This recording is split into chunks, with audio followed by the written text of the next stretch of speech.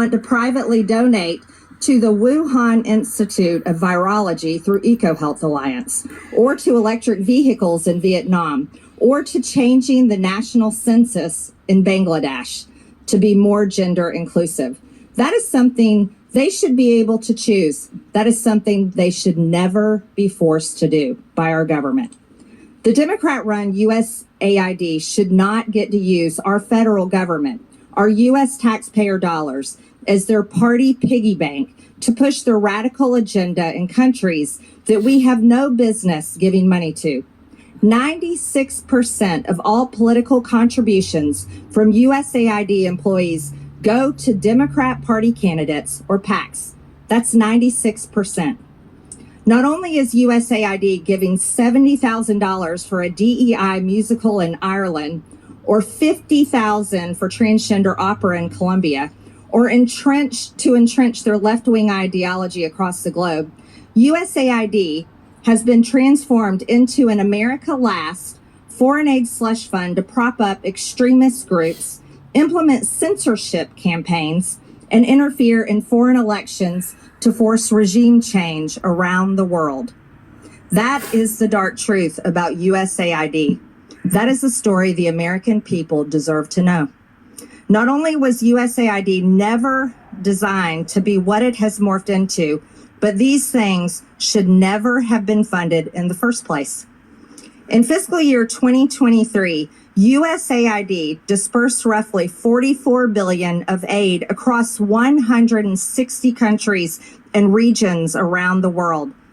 During the 4 years of the Biden administration, 181 countries received approximately $240 billion in U.S. development aid, with Ukraine being the top recipient. Other top recipients include Ethiopia, Jordan, Israel, and Somalia. So after hundreds of billions of taxpayer dollars have been distributed throughout the world, has the world become safer? No. Has the world become more stable? No. Is the perception of the United States around the globe any better? No.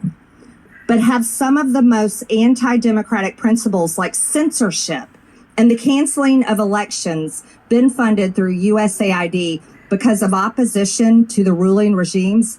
Yes. Has money through USAID been funneled to terrorists? Yes.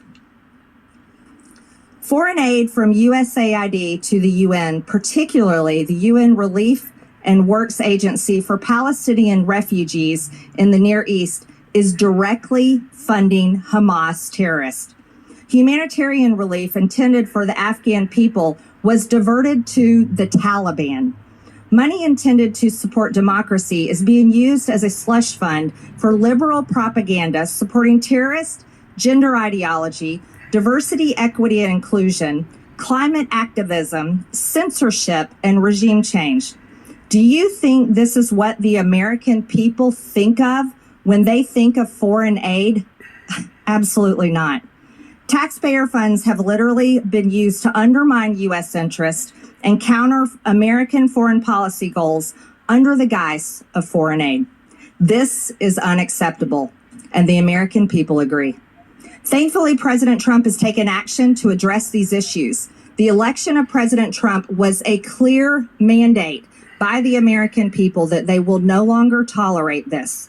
He is putting an end to the foreign aid slush fund, ensuring the hard-working American taxpayers' dollars are supporting America First policies and taking care of our own people at home. And we will do the same. With that, I now recognize Ranking Member Stansbury for the purpose of making an opening statement.